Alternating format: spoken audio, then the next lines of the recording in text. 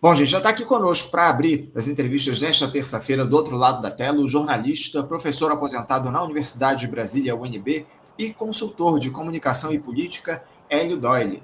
Professor Hélio Doyle, bom dia. Bom dia, Anderson. Bom dia aí a todos que estão nos assistindo.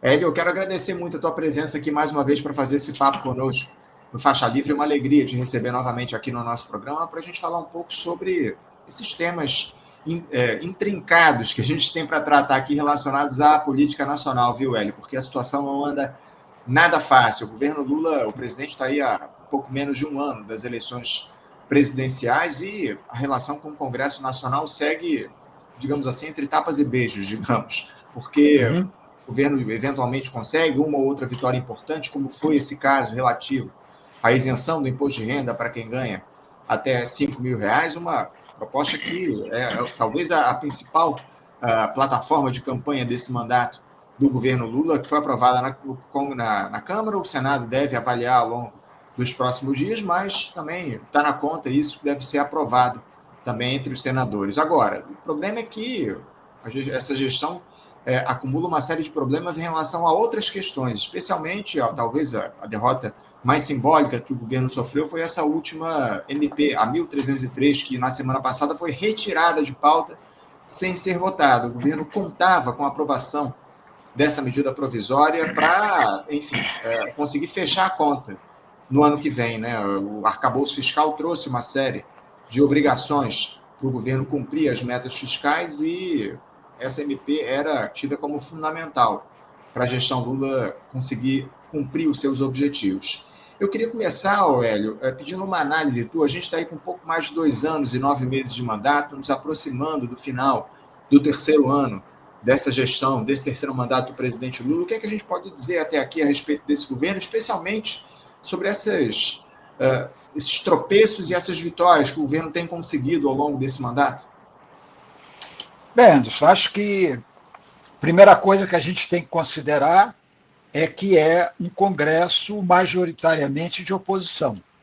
Então, em qualquer sistema, qualquer país, um governo, um poder executivo que tenha um Congresso majoritariamente de oposição e grande parte dessa oposição, uma oposição radicalizada, uma oposição de extrema direita, extremamente conservadora, né? Defensora do capital financeiro, defensora do capital agropecuário.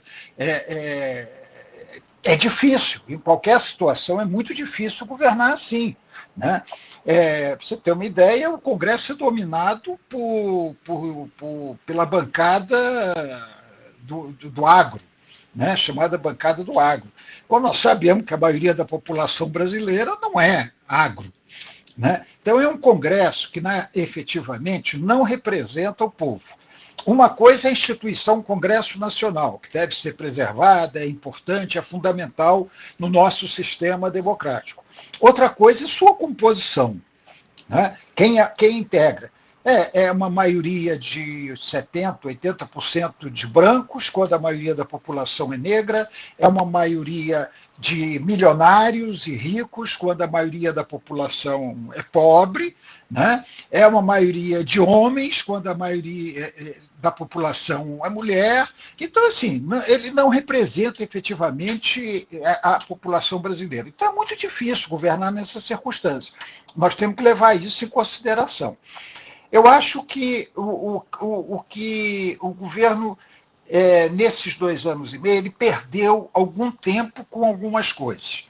Por exemplo, ele perdeu tempo a não estabelecer claramente um projeto para o país. Olha, nós estamos aqui, queremos chegar aqui, ao final desse governo, e queremos criar as bases para chegar aqui daqui a tantos anos, que é o que geralmente é feito nos países que têm sistemas similares ao nosso.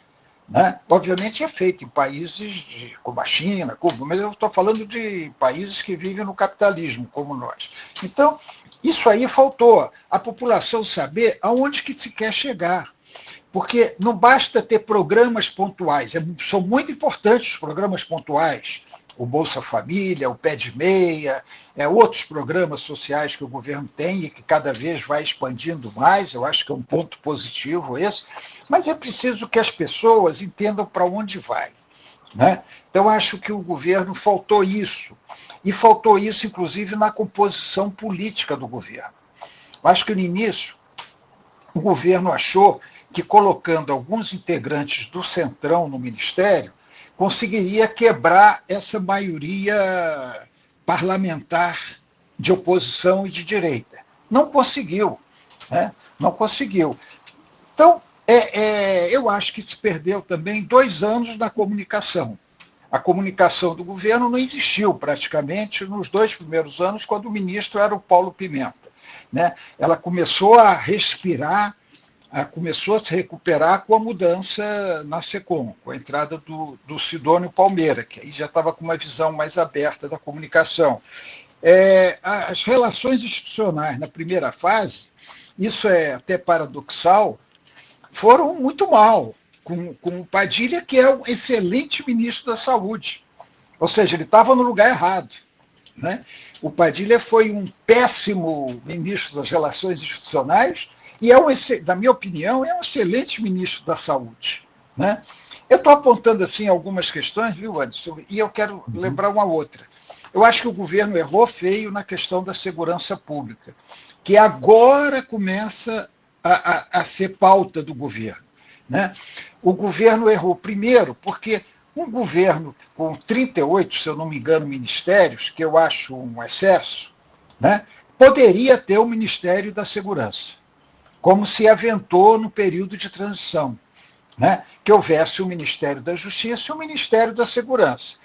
O argumento de que seria um ministério a mais não funciona, porque são 38 ministérios. Tem ministérios totalmente dispensáveis, como pesca, por exemplo. Põe pesca na agricultura. Né? A agricultura tem 2 ministérios, tem um. Né? Então, assim, não é questão de número de ministérios. A segurança é uma das principais preocupações da população brasileira. É óbvio, nós sabemos que a segurança é uma atribuição, basicamente uma atribuição dos estados e do Distrito Federal. A Polícia Militar, a Polícia Civil são subordinadas aos governadores. Mas é óbvio que o governo tem que ter uma ação na segurança, como tem na saúde, como tem na educação. A educação é municipal, a educação é estadual, e apenas as instituições superiores de ensino estão no âmbito federal. Mas o governo traça as políticas de comunicação. Eu acho que faltou o Ministério da Segurança para dar importância ao tema e ter um ministro com perfil. Aí eu vou só dar como exemplo um perfil do Padilha, um perfil do ministro Padilha, e não um perfil de Lewandowski. Lewandowski é ótimo como ministro do Supremo Tribunal Federal, ótimo como ministro da Justiça, mas muito ruim como ministro da Segurança. Ele não tem o perfil necessário para mostrar à população a importância que o governo dá à segurança pública. Então, o governo poderia ter tido muito mais ações nesse tema da segurança, porque a oposição, no meio de todas as mentiras que espalha, das fake news, das distorções que espalha. Por exemplo, ontem eu ouvi numa reprise do Ciro Nogueira ele dizer: o país está quebrado. O país não está quebrado coisa nenhuma, o país está muito bem economicamente. Né? Tem um problema de dívida pública, mas é um problema que se resolve, não é um problema fundamental. Tem juros altos, mas isso não depende do governo. Mas, então, eu acho que esse foi um outro erro do governo. Agora, tem acertado bastante. E eu acho que encontrou o melhor rumo aí depois daquela votação do IOF, Anderson, porque ali o governo começou uma coisa que ele já devia ter feito desde o início, na minha opinião, que é a luta política. A batalha política é não deixar a oposição ficar falando sozinha. A oposição praticamente falou sozinha durante 2 anos, vamos dizer assim. Ela falava sozinha, ela espalhava as mentiras, ela dava suas versões dos fatos mentirosas ou meias-verdades, e não tinha uma resposta, não tinha uma articulação parlamentar para responder Né? Quer dizer, a cara falava e ficava por isso mesmo. A SECOM não funcionava. O governo não respondia, o governo parecia que tinha medo da luta política, sempre recuado. Isso eu estou falando nos 2 primeiros anos, vamos dizer assim, sempre recuado. E é preciso travar a luta política, como travou depois da votação do IOF. Depois da votação do IOF, o governo, o PT, os partidos de esquerda, os movimentos sociais entraram com aquela questão do povo contra as elites, e a gente viu que ali começou a mudar o quadro. O quadro não começou a mudar só com Trump. O quadro começou a mudar ali. Aí vieram as sanções do Trump. Não só as tarifas, como as sanções contra integrantes do governo, ministro do Supremo e tal. Aí o governo entrou também na luta política em relação a essa questão do Trump, com todos os cuidados diplomáticos, tudo bem, mas entrou na luta política. E é preciso prosseguir nessa luta política. Né? É essa luta política que, inclusive, levou uma enorme mobilização nas ruas, que foi abandonada durante muito tempo. Essa mobilização nas ruas não foi promovida pelo governo, e nem é papel do governo promover isso. É papel dos partidos e das organizações sociais que apoiam o governo, ou que apoiam as políticas do governo. Então, eu acho que o quadro mudou de um tempo para cá, a partir somente da votação do IOF, e, como você falou, teve essa derrota agora, e essa derrota agora, eu acho que está sendo mal ainda, não digo mal, ela está sendo, mas aquém do que deveria ser a luta política em torno disso. Porque o que aconteceu? A oposição está dizendo, nós evitamos aumento de imposto. Espera aí, aumento de imposto para quem? Para o sistema financeiro e para as bets. E aí o governo cometeu um erro, eu estou terminando essa primeira fala, o governo cometeu um erro ao recuar. Não dá para entender, eu acho que foi uma incompetência monumental ao recuar do imposto das bets. Uhum. Porque agora a oposição está falando, mas o governo não queria imposto para a bet. O governo recuou. Recuou, aí você disse, achando que ia ganhar a votação recuando das bets. Uma ingenuidade, uma falta de profissionalismo fantástica, tanto do relator. O relator disse que foi combinado com o governo, o que piora a situação, né? Foi um erro grave do governo, se foi combinado com o governo, e um erro grave do relator fazer esse recuo. O relator da MP 1313, o deputado Carlos Zaratin, a gente até tentou conversar com ele aqui no programa, mas a gente não conseguiu ainda encaixar aqui na agenda do deputado. Mas em relação também a essa MP, o fato é que não só o governo recuou no que diz respeito aos BES, mas também ao agro. A turma do agro pressionou muito, o Zaratin acabou revendo ali algumas questões e cobrava do agro, enfim. Eu não vou nem citar aqui, porque são muitas questões, eu posso esquecer de alguma coisa, mas em relação à tua análise, eu tenho algumas congruências e algumas divergências. Eu tenho acordo que falta projeto, acima de tudo, para o governo, ou pelo menos faltou, e eu queria depois até uma análise tua a respeito disso, porque eu, sinceramente, eu vejo que continua não havendo projeto desse governo. O governo parece que vai no atropelo da grande aliança até o fim do mandato. A gente vai falar sobre isso depois, mas eu também queria tratar de algumas questões aqui que você trouxe na tua fala, Hélio, em relação especialmente à luta política. Eu, sinceramente, não vejo, de fato, uma luta política acontecendo hoje no Congresso Nacional por parte do governo. E eu explico. A gente teve aqueles atos lá muito grandes, do último dia 21, por todo o país, enfim, questionando muito a postura do Congresso Nacional em relação àquelas PECs, a anistia, enfim, o Congresso até voltou atrás em relação a alguns temas, a tal da PEC da blindagem, acabou recuando em relação a isso, não votando. Foi uma vitória, uma conquista, especialmente da mobilização da classe trabalhadora. O problema, Hélio, é que 2 dias depois daquela mobilização, o Lula já estava aos afagos com o Hugo Mota, o presidente da Câmara dos Deputados, elogiando ele, teve lá num encontro com a participação do presidente da Câmara, elogiou, falou que o Congresso era parceiro, enfim. Podia ficar em silêncio, podia não falar nada, mas fez questão de defender o Hugo Mota, que foi um dos principais articuladores da votação dessa PEC da blindagem lá no Congresso Nacional, também colocou em discussão a questão da anistia, enfim. Eu, sinceramente, não vejo a luta política sendo feita da maneira que deveria ser feita por parte do governo. Mas eu queria te ouvir a respeito dessa questão do projeto, que me chamou muita atenção.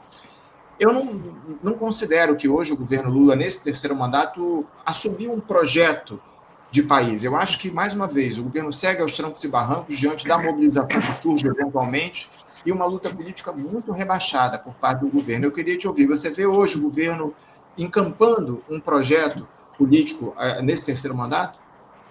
Não, eu concordo plenamente com você, não há projeto. Eu acho esse, vamos dizer assim, o erro original, né? O erro inicial é não ter projeto. O que geralmente, vamos assim, usar um pouco como referência os governos de regimes semelhantes ao nosso, né?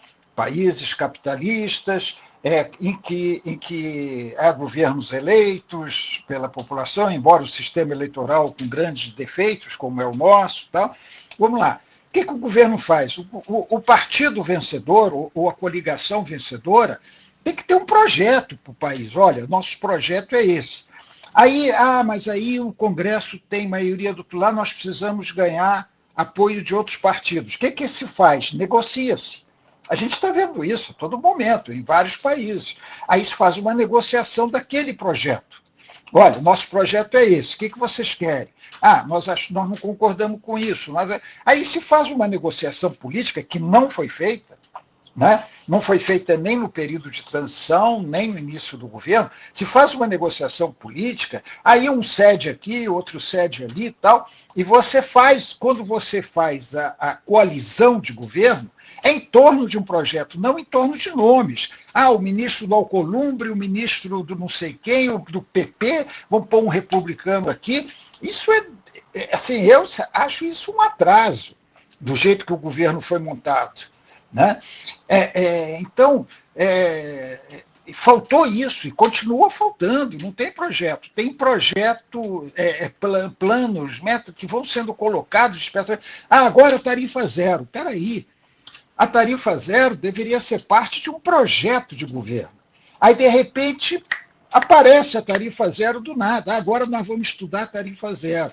Ela não está inserida num contexto que permita a defesa do governo e permita que a coalizão tenha fundamentos mais sólidos. Então, eu concordo plenamente com você que falta projeto. E eu vou concordar no outro ponto antes.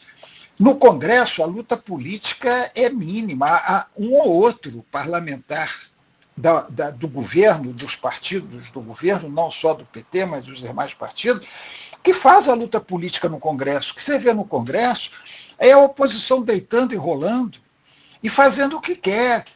Os deputados governistas sequer vão às reuniões de comissões para defender o governo lá. Eles deixam falar sozinho, deixam fazer o que querem. São omissos. A maioria dos deputados são omissos. E não, eu vou nem citar aqueles 12 que votaram contra o governo, aquela votação da mulher. Aquilo ali, em país, vamos dizer assim, com um sistema mais sólido, provavelmente teriam sido expulsos do partido. Claro, depois de ouvir as justificativas deles. Tal. Todas as justificativas dadas foram ridículas, na minha opinião. Todos os que tentaram se justificar foram absolutamente ridículos em suas explicações. Então, eu acho... Isso está acontecendo, inclusive, se me permita aqui uma interrupção, o União Brasil deve expulsar aí figuras que estão ligadas ainda ao governo. O próprio ministro Celso Sabino, no caso, o PP também deve tirar lá o ministro, o André Fufuca, deve seguir como ministro no governo do presidente Lula, ou seja, os partidos da direita, eles acabam reagindo a essa situação de figuras que não respeitam as questões internas do partido. O problema é que nessa PEC, em relação a esses 12 votos que você citou, se eu não estou enganado, eu posso estar enganado aqui, se eu não estou enganado, o PT deixou que os deputados votassem como bem entendesse, não fechou questão em relação a um direcionamento, a uma votação em relação a essa PEC, ou seja, na verdade, não houve nenhum tipo de... enfim, eles não contrariaram a indicação do partido, estavam à vontade ali para votar como quisessem, né? Esse já foi um erro, né? Liberar já foi um erro. E votar como eles votaram foi um segundo erro. Eu ouvi, Anderson, críticas, inclusive do próprio presidente Lula, aos partidos que querem expulsar os ministros. Eu vou dizer uma coisa: os partidos da direita estão certíssimos. Esse é o comportamento correto. Se você é de um partido de oposição, você não pode ser ministro do governo. Se você quer ser ministro do governo, muda de partido. Mas é a coerência que nós temos que ter aqui. Né? O governo é governo, oposição é oposição. Né? Parodiando polícia é polícia, bandido é bandido. Governo é governo, oposição é oposição. Não dá para você fazer esse joguinho que o governo quer fazer. É porque a estratégia do presidente Lula para a reeleição, ele sabe que não vai contar com os partidos de direita, como em algum momento achou que poderiam vir PSD, MDB. Ele não vai contar com esses partidos. Então, ele quer contar com parte desses partidos. Então, por exemplo, o MDB não vai estar, provavelmente não estará apoiando Lula na reeleição. Mas o MDB de Alagoas, o Renan, o ministro Renan, pode apoiar Lula. O PSD não vai apoiar, mas em Minas, com o Rodrigo Pacheco, se não for ministro, com o Alexandre Silveira, o PSD. Então, o Lula está apostando nas dissidências desses partidos de direita. Então, justifica ter lá o ministro. Agora, é um direito do partido de direita, né, expulsar o ministro que quer continuar no governo. Isso não tem nada de errado, não tem nada de absurdo, não tem nada de antidemocrático, na minha opinião. É o correto. Claro. E você tem razão, essa coisa do afago a Hugo Mota, você tem que estabelecer quem são os seus adversários. E eu acho que você está certo. Ele é presidente da Câmara. Ele, além de ser um oposicionista, ele tem uma figura institucional de presidente da Câmara. Então você não vai hostilizá-lo. Mas também não precisa ficar nesse afago todo, porque passa para as pessoas a ideia que alimenta a extrema-direita, Anderson, que é o sentimento antissistema. É o sentimento antissistema. É uma coisa assim, eles são todos iguais, é tudo a mesma coisa. Outro dia, o Anderson, conversando com um deputado, que eu não vou citar o nome, do PT, uma pessoa que estava conosco começou a falar mal do Sóstenes, e ele começou a defender o Sóstenes, é meu amigo, o Sóstenes é meu... Sabe? É isso aí que as pessoas não entendem, sabe? Assim, primeiro, assim, ser amigo do Sóstenes, vou te contar, viu? Assim, já é um defeito. Agora, as pessoas, eu acho que essa luta política, ela começou a ser travada pelas redes e agora na rua, a partir daquelas grandes manifestações. Ela tem que continuar sendo travada nas redes e nas ruas. Né? Ela tem que ser incrementada. E essa luta política, ela teve um mérito.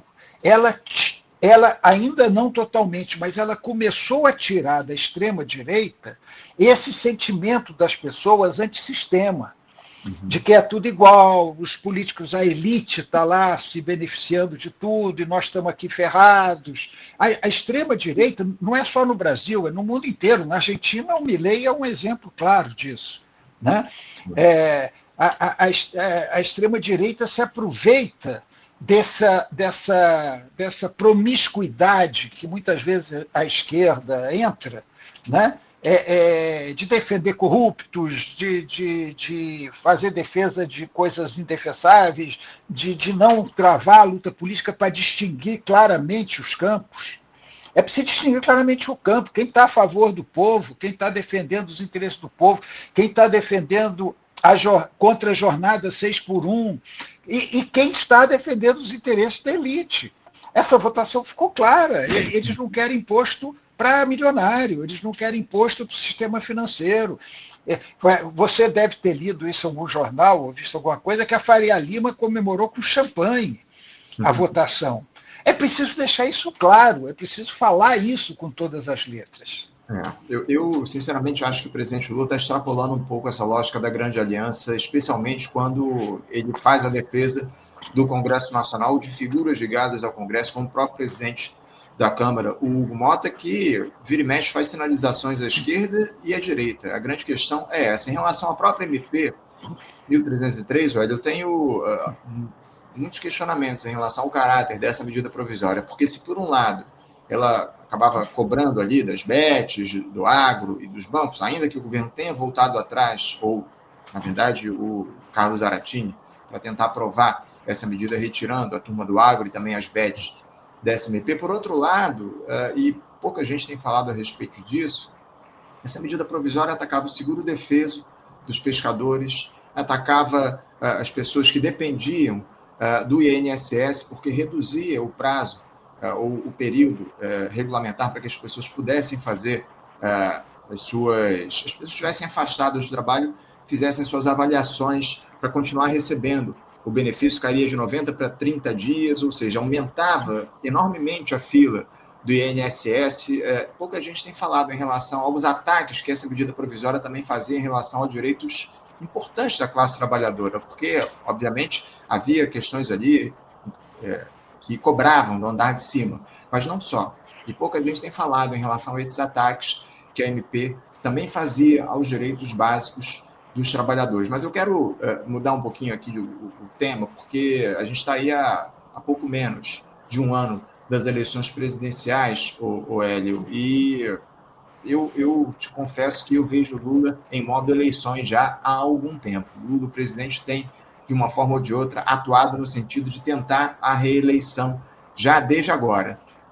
E essa medida, esse tema que chegou à discussão lá em Brasília, relacionado à tarifa zero, é um exemplo desse modo eleições que o Lula adotou já há algumas semanas aqui, alguns meses aqui no nosso país. Eu queria que você falasse um pouco a respeito disso, das escolhas que o presidente Lula tem tomado, tem feito em relação a esse período que a gente está das eleições. Você acredita que o presidente está focado no interesse público ou, de alguma forma, ele está atuando no sentido das conveniências político-eleitorais nesse momento do terceiro mandato dele? Como é que você avalia a atuação do presidente Lula? Ele está, de fato, em modo eleições, dialogando com essas conveniências, ou ele está ainda focado no interesse público?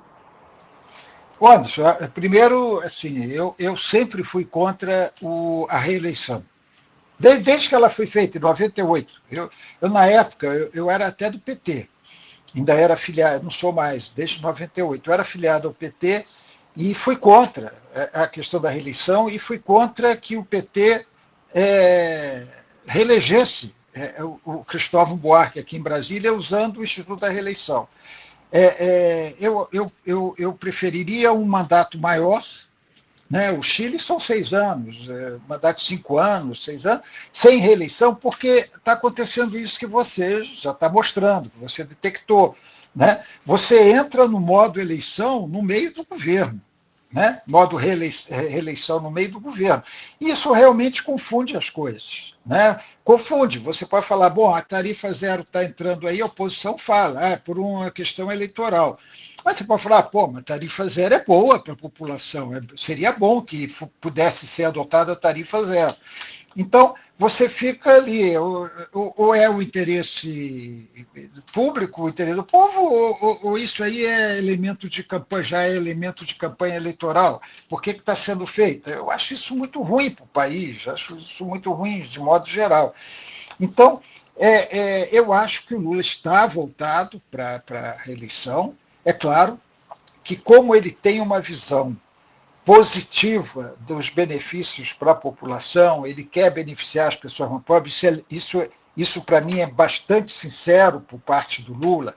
Ele tem uma questão de, olha, acabar com a fome, reduzir a pobreza, beneficiar as pessoas, dar casa para todo mundo, garantir a segurança alimentar. E isso é genuíno nele, é real nele. Falta um projeto para isso, como a gente já falou, mas é real. Ele aí vai fazendo os programas ali para resolver essas questões.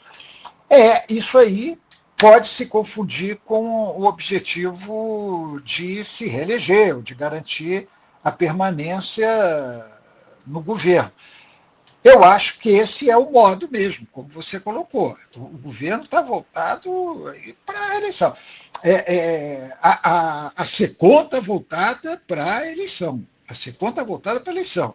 Inclusive cometendo o que eu considero um erro. Eu elogiei a mudança, porque aquele negócio era tão ruim que qualquer mudança seria melhor. Mas tem pontos positivos, tem muitos pontos positivos. Mas a estética, né?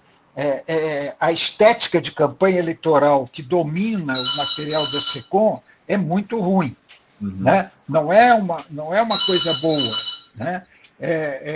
Por quê? Porque não tem credibilidade. Campanha eleitoral é campanha, governo é governo. Essa estética de campanha passa nas pessoas a ideia é o seguinte: estamos em campanha eleitoral, que é o que as pessoas pensam. Quando o Lula vai falar em rede nacional, parece fala de campanha eleitoral, né? Não pode, não pode. Ele ali tem que fazer como fazem outros presidentes, que ali ele é presidente, ele não é candidato. Eu acho que a SECOM erra muito nisso, pelo viés, né? Pelo viés de seu comando, marqueteiro, essa coisa toda.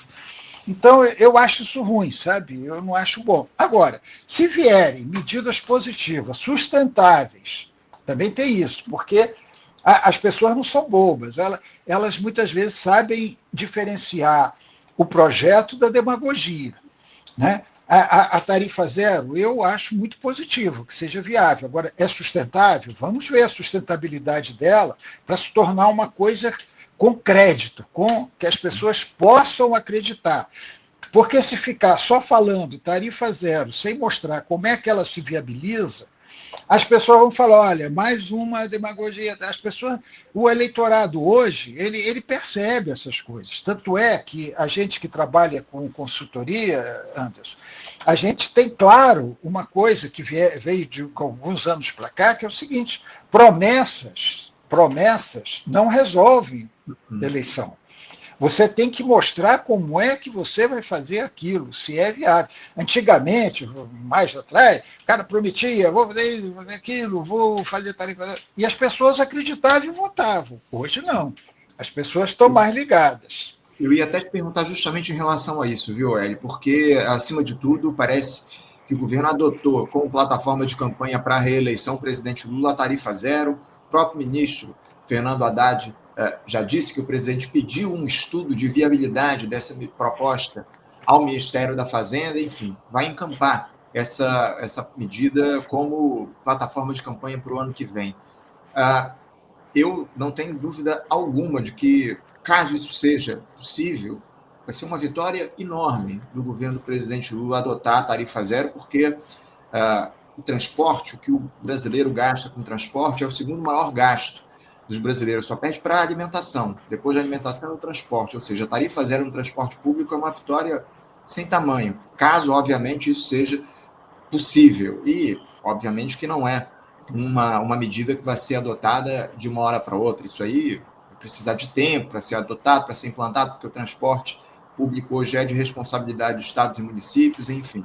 Isso aí é um processo que requer tempo, mas, obviamente, se o governo conseguir começar a tocar isso, eu não tenho dúvida de que vai ser uma grande vitória dessa gestão do presidente Lula. Eu queria que você falasse um pouco a respeito do seguinte: você acredita que esse tipo de proposta é capaz de garantir a vitória do presidente Lula nas eleições do ano que vem? E eu te pergunto isso também por um outro motivo. A gente está com uma extrema-direita aí, essa oposição, batendo cabeça.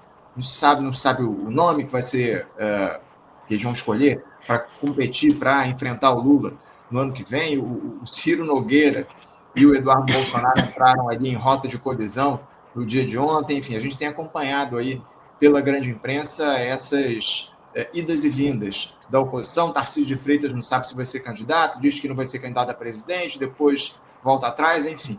O fato é que a extrema-direita está batendo cabeça e o presidente Lula, há quem diga, inclusive, que ele pode ser reeleito já em primeiro turno no ano que vem. Mas eu queria saber de você como é que você avalia essa proposta da tarifa zero no transporte e, acima de tudo, se isso é capaz de garantir a vitória do Lula, ainda mais diante dessa situação onde a oposição bate cabeça.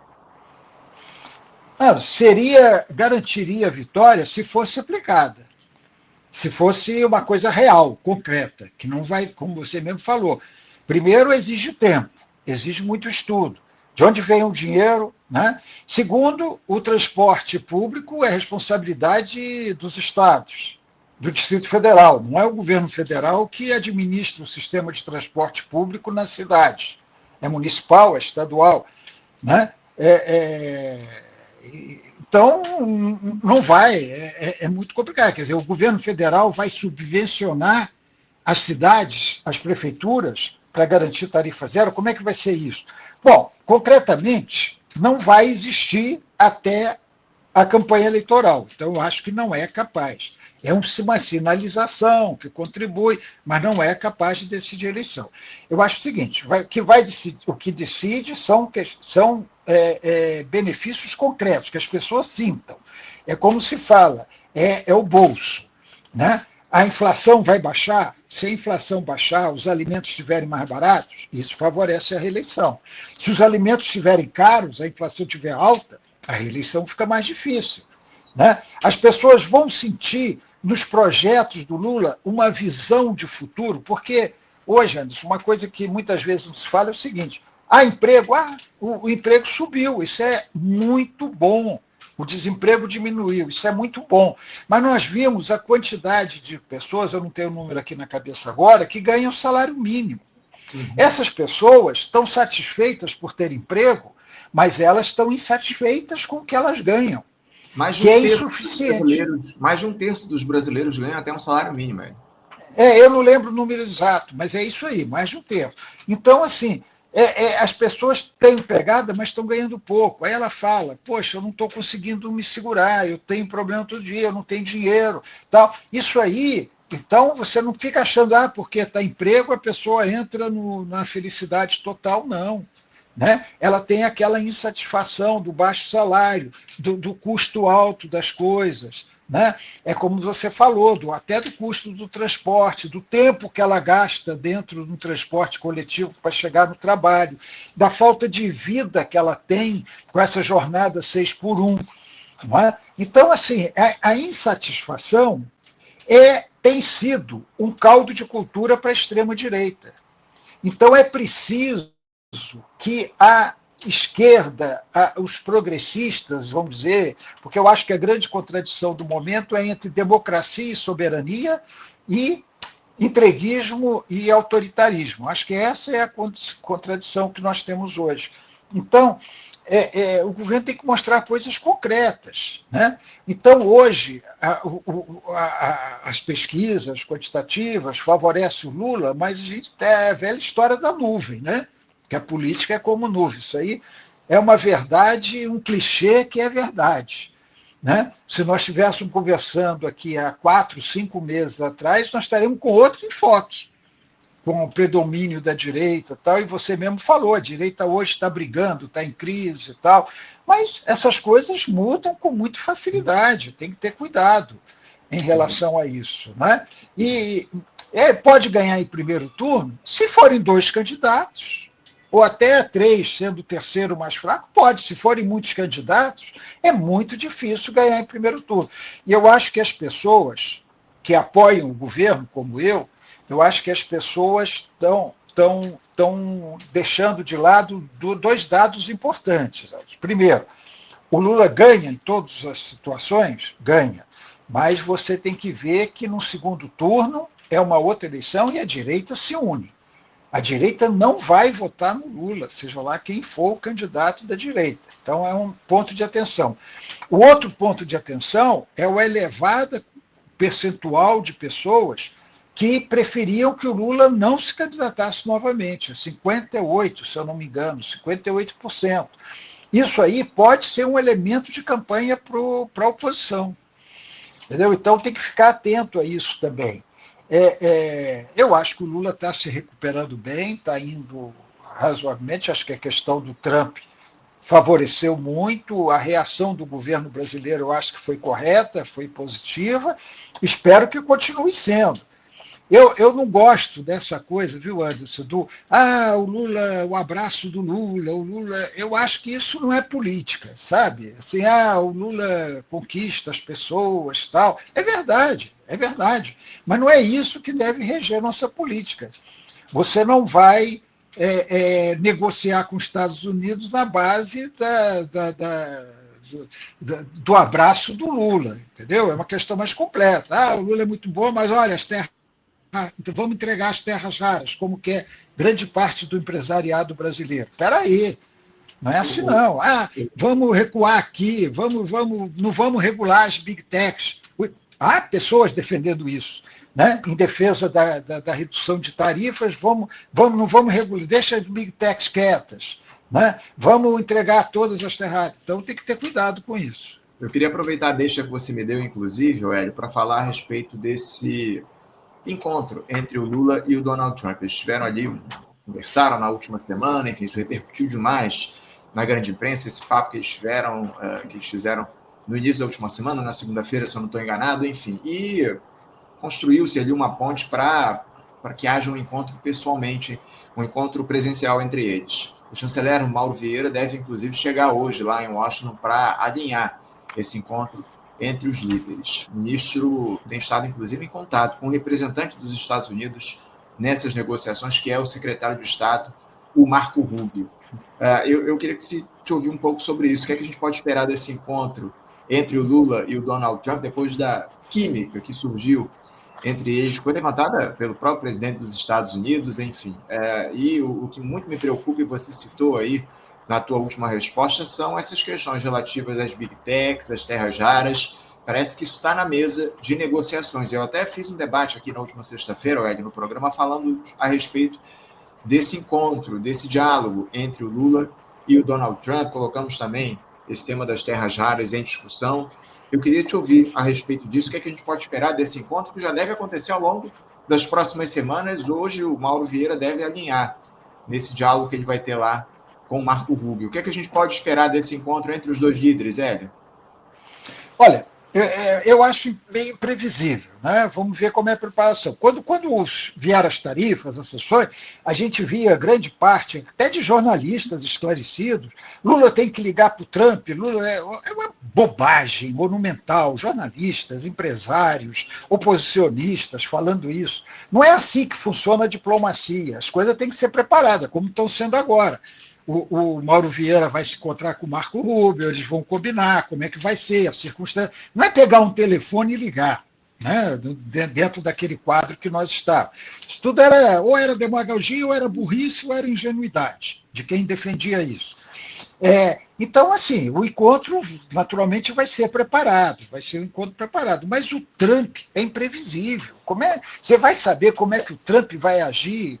O Trump, há pouco tempo atrás, está querendo construir resorts, expulsar os palestinos, construir resorts. Ele agora diz que quer manter os palestinos lá.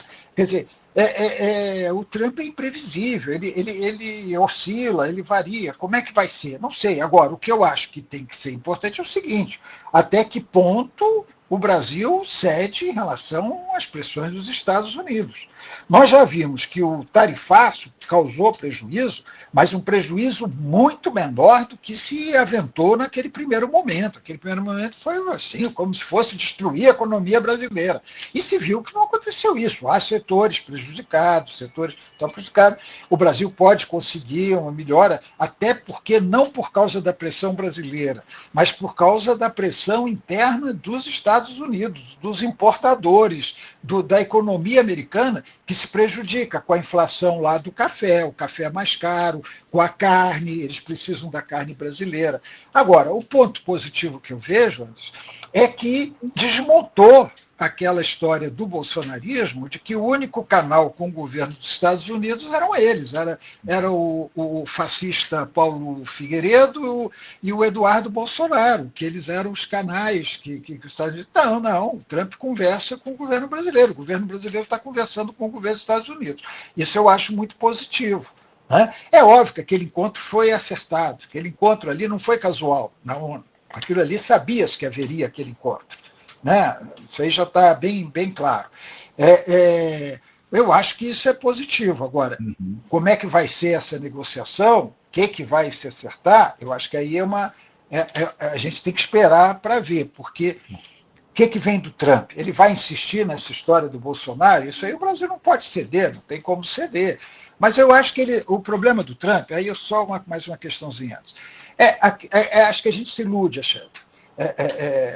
A questão central do Trump é o seguinte, é que o Brasil, a partir de 2026, tenha um governo de extrema-direita como é o da Argentina, como tem sido o do Peru, como deve ser o da Bolívia. É isso que ele quer. O Brasil é o principal país da América Latina, da América do Sul, pelo menos que tem o México lá na América Central. O Brasil é o principal país, ele quer dominar o Brasil. E por que ele quer dominar o Brasil? Ter um governo totalmente aliado com os Estados Unidos, que rompa com o BRICS, que reduza ou termine com os investimentos chineses, como a Argentina está fazendo, um país que entregue bases militares aos Estados Unidos. Os Estados Unidos já manifestaram a intenção de ter base militar no Nordeste, no Rio Grande do Norte, na Tríplice Fronteira, que entregue a base de Alcântara, base de lançamento de foguete de Alcântara aos Estados Unidos, que faça a entrega de energia de Itaipu. Isso tudo que eu estou falando já foi colocado na mesa, em algum momento. A energia de Itaipu para os Estados Unidos, já há um acerto com o Paraguai, nesse sentido. O Paraguai está sendo dominado também pela direita, por um governo de direita pró-Estados Unidos, com muita abertura. O Trump quer isso. Não é questão de Bolsonaro, pode ser com Bolsonaro, poderia ser com Bolsonaro, mas pode ser com qualquer um, como Tarcísio de Freitas, que está para fazer. O Tarcísio de Freitas colocou o bonezinho do MAGA. Né? Tarcísio de Freitas faz esse papel para o Trump. É isso que ele quer. Ele não está questão só aumentar a tarifa, libere Bolsonaro. Não é isso. As pessoas estão se iludindo. Ele quer terra raras? Quer. Se o Lula der, ótimo. Não vai dar. Mas se der, espero que não dê. Ótimo. Mas o que ele quer é controle total. O Trump não quer o mínimo, não. Ele quer o máximo. Mas vamos ver, você começou falando aí de Gaza. O Trump tem planos muito maiores para Gaza do que ele está dizendo. Nós não temos que nos iludir com isso, não. Imagina, o Anderson, é da história. Os Estados Unidos vão lá, destroem um país, destroem a infraestrutura, destroem prédios. E o Gaza é o caso mais forte, mas foi assim no Iraque, foi no Afeganistão, foi no Vietnã. Depois ele vai lá e reconstrói, ganhando bilhões e bilhões de dólares reconstruindo. A gente já conhece essa história. Os Estados Unidos são os principais promotores de conflitos no mundo, a grande verdade é essa. E justamente para obter lucro, a lógica estadunidense sempre foi essa. Lucros, primeiro, armamentícios, oferecendo armamentos para os países que estão em conflito, depois reconstruindo esses países, enfim, com as suas empresas atuando nesses países. O Hélio, eu queria falar um pouco, você citou Gaza, daqui a pouco a gente vai entrar nesse tema, mas em relação ainda ao Donald Trump e o Bolsonaro, para mim, o Jair Bolsonaro é uma figura absolutamente descartável para o presidente dos Estados Unidos. Me parece muito claro que o Trump está utilizando o Bolsonaro como moeda de troca, digamos assim, para ele conseguir os interesses dele aqui no nosso país. Você falou em relação às terras raras. Sinceramente, eu tenho muitas dúvidas se as terras raras não vão entrar nessa negociação do Lula com o Donald Trump em relação ao tarifaço. Isso aí a gente vai ver o desenrolar ao longo das próximas semanas, mas eu, sinceramente, tenho dúvidas aí se o presidente não vai, de uma forma ou de outra, ceder as terras raras para que o Trump reduza esse tarifaço que está colocado no que diz respeito ao Brasil. E isso nos preocupa demais, ainda mais quando a gente fala que o controle das terras raras está ligado diretamente a esse discurso de soberania que o Lula andou defendendo ao longo dos últimos meses diante do tarifaço. Então, vamos aguardar para ver o que é que vai acontecer em relação a essa negociação e a possibilidade das terras raras serem incluídas. Eu tenho um questionamento aqui de um espectador nosso que eu vou trazer aqui como última pergunta, mas antes disso, aproveitando que você também citou Gaza na tua última resposta, a gente tem aí, diante desse acordo que está colocado, a gente teve ali na última semana 2 anos sendo completados desse morticínio de palestinos lá no Oriente Médio e eu, sinceramente, me surpreendi muito com a postura do senador Jacques Wagner numa sessão lá no Senado que tratava justamente desses 2 anos de conflito. Jacques Wagner disse durante a sua fala que o Hamas deveria ser exterminado. Foram essas as palavras que o senador utilizou. O Hamas, que é o principal grupo de defesa, de apoio à causa palestina lá no Oriente Médio. Você, Hélio, foi demitido da presidência da EBC pela defesa que você fez ao povo palestino. Eu queria uma avaliação tua a respeito desse tipo de fala do senador Jacques Wagner defendendo o extermínio do Hamas e o que representa a falta de reação do governo, especialmente do Partido dos Trabalhadores, em relação ao Jacques Wagner, porque me parece que aí há uma espécie de 2 pesos e 2 medidas no que diz respeito a alguns personagens do governo ou de aliados do PT. Como é que você avalia essa situação envolvendo essa fala do senador Jacques Wagner? Bom, eu considero lamentável, mas Jacques Wagner é judeu, né? Ele é judeu e você sabe, tem judeus de diversas concepções. Você tem um Breno Altman, que é um crítico do sionismo, você tem judeus que são contra o Netanyahu, mas justificam o ataque. Então você tem extrema-direita. Não é uma coisa homogênea, né? Eu acho que é a velha história de que os partidos no Brasil não têm a consistência ideológica que os partidos têm que ter, consistência político-ideológica. Tudo bem, ele tem a concepção dele, mas diante da visão que o partido tem, ele tem que ficar calado em relação a isso. Isso não é questão de democracia. Democracia, tem gente de falar o que é. E agora vamos ver uma coisa, Anderson. O governo brasileiro nunca foi claro, quer dizer, em relação à posição do Hamas. O Hamas tem suas concepções, o Hamas não reconhece Israel, é verdade. Agora, isso não faz do Hamas um grupo terrorista, como a Globo repete de 2 em 2 minutos. Se você pegar qualquer reportagem, não é só da Globo, não, das emissoras de televisão sobre Israel, a palavra que você mais vai ouvir é terrorista. E os terroristas são só os palestinos. Israel mata criança, mata grávida, mata bebê, mata idoso, destrói prédios, destrói hospital, destrói escola, faz o que quer, prende, tortura, assassina na prisão. Não se usa o termo terrorista para o Estado de Israel, nem para as forças de defesa de Israel, que é o exército israelense. Mas o Hamas é o grupo terrorista, os terroristas do Hamas, o grupo terrorista. Então, essa distorção existe também no governo PT. O governo brasileiro não considera o Hamas terrorista porque a ONU não considera, o que é correto. As emissoras de televisão se dão o direito de dizer quem é terrorista ou quem não é terrorista. Então, acho que essa ambiguidade que existe no país favorece esse tipo de manifestação. O Hamas é hoje, como você falou, o principal grupo de resistência palestina. É isso que importa. Ele está resistindo à ocupação. O direito internacional garante a resistência, inclusive armada, ao país ocupante. E é isso que o Hamas está fazendo, resistindo ao país ocupante. Né? Há excessos? Comete excessos. Não só o Hamas, a Jihad Islâmica, outros grupos de resistência cometem excessos eventualmente. Houve excessos no 12. O próprio Hamas reconhece que houve excessos no 7 de outubro.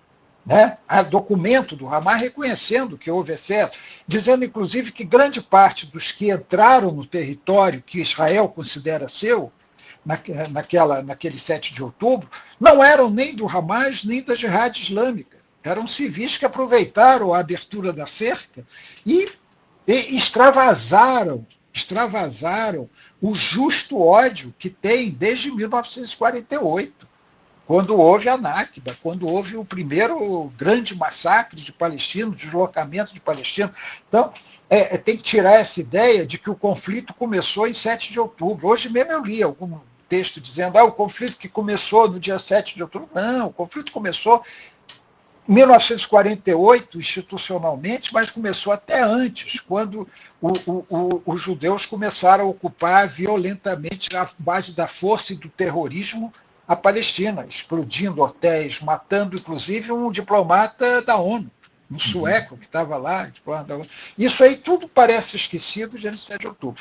Eu acho que o governo brasileiro se posicionou o Jacques Wagner saiu da linha, ele se posicionou dentro das circunstâncias do país, em que há um apoio a Israel absurdamente grande por parte da direita, da extrema-direita, né? Que sai com bandeira de Israel, defensores do genocídio. Esse pessoal estaria apoiando Hitler na matança de judeus, de ciganos, de comunistas, né? Eles estariam com bandeira nazista na rua, se fosse na época da Segunda Guerra e se soubesse o que estava acontecendo nos campos de concentração, como sofriam lá os judeus. Então, eu acho que é uma situação muito ambígua que nós temos, sabe, Anderson? O Jacques Wagner foi lamentável, mas não foi a primeira vez, não, viu? Ele já tinha se manifestado, não com tanta veemência, mas até o uso da palavra, gente que trabalha com comunicação sabe disso, né? A palavra exterminar, né? Ele podia falar, poderia acabar com a influência política do Hamas, poderia, né, exterminar. É como os israelenses usam quando eles assassinam líderes da resistência. Eliminado. A palavra que eles usam é isso, eliminado. Né? Isso é uma linguagem fascista. Fascista. Tem a dúvida. Você citou o Breno Altman, rapidamente, eu queria colocar aqui na tela um abaixo-assinado em apoio ao camarada Breno, que está sendo alvo de uma ação lá no Ministério Público Federal pelo procurador o Maurício Fabretti, críticas que ele fez ao genocídio promovido pelo Estado sionista de Israel na faixa de Gaza. Há um abaixo-assinado puxado pelo jornalista Juca Kfouri nas redes. Eu até recomendo, quem puder assinar. Eu não tenho o link aqui do abaixo-assinado, vou até procurar o link e colocar aqui na tela para quem quiser se colocar ao lado do Breno Altman nesse apoio ao jornalista que está sendo mais uma vez vítima de perseguição. Nossa solidariedade ao Breno, camarada, sempre conversa aqui com a gente. Teve, inclusive, na semana passada aqui conosco num debate especial que a gente fez a respeito dos 2 anos do genocídio lá no Oriente Médio. O Breno participou com a gente. Fica aqui a nossa solidariedade ao Breno, que mais uma vez é alvo de uma perseguição por conta das opiniões dele em defesa, da militância dele em defesa do povo palestino. O Breno judeu, como você muito bem registrou aqui, que acima de tudo defende a causa palestina. Nosso abraço. Vou deixar aqui daqui a pouquinho o link para quem quiser assinar esse documento, esse abaixo-assinado, em solidariedade ao Breno Altman. Ô, Hélio, para a gente fechar aqui o nosso papo, eu não posso deixar de trazer um superchat, um questionamento que foi feito aqui por um espectador novo. Agradecer já ao Guilherme Potratz, que pergunta aqui o seguinte: como sempre, toda análise fica centrada na figura do Lula. Cadê a discussão sobre a eleição do Legislativo? O que o Lula está fazendo para mudar? Eu acho que essa é uma questão importante, viu, Hélio? Porque, acima de tudo, a gente precisa eleger deputados e senadores que dialoguem com um projeto. Eu acho que, acima de tudo, dialoguem com um projeto de país. É algo que a gente não tem aqui no Brasil em relação a esse governo Lula. Para além, obviamente, de se eleger deputados e senadores de esquerda, eles têm que estar, acima de tudo, comprometidos com um projeto de governo que vai ser eleito. Eu queria que você falasse um pouco sobre isso, especialmente sobre a falta de ação do PT em relação a essa necessidade que há de se eleger deputados e senadores de esquerda. Olha, os dois lados, tanto o Lula quanto o Bolsonaro, já falaram claramente que a prioridade deles é eleger senadores. Disseram claramente. Por que senadores? Deputados também, mas por que senadores principalmente? Porque se a direita conquistar, somando com os que já tem hoje, porque vai ser renovado 2/3, 1/3 fica lá, somando o que ela já tem hoje, conquistar 2/3, ela domina o país. Por quê? Porque com 2/3 de senadores, eles conseguem pedir impeachment, eles conseguem declarar impeachment de ministro do Supremo. Eles podem rejeitar qualquer indicação que o presidente da República fizer, por exemplo, de ministro do Supremo Tribunal Federal, diretor de agência reguladora e diversos outros cargos no país. Então, não adianta eleger o presidente da República se você tiver o Senado dominado com 2/3 pela oposição de direita. Se você continuar com a maioria que você tem hoje de direita no Congresso, você vai ter as dificuldades para governar que você tem hoje, talvez acrescidas de um pouco mais. Então, tem razão. A eleição para o Congresso é tão importante quanto a eleição de presidente da República. Mas também não adianta eleger o Congresso e não eleger o presidente da República. As coisas estão juntas. Né? As coisas estão juntas. Você precisa cuidar do executivo e do legislativo. Eu tenho visto um esforço de diversos segmentos, de vários partidos, no sentido de formar chapas fortes para a Câmara dos Deputados. Né? Eu vou dar uma opinião, que é o seguinte: eu acho que os principais quadros, nomes mais fortes, tinham que ir para a eleição do Senado e a eleição da Câmara. Você precisa puxar voto. A eleição no Brasil, o sistema é muito ruim, o sistema não é bom.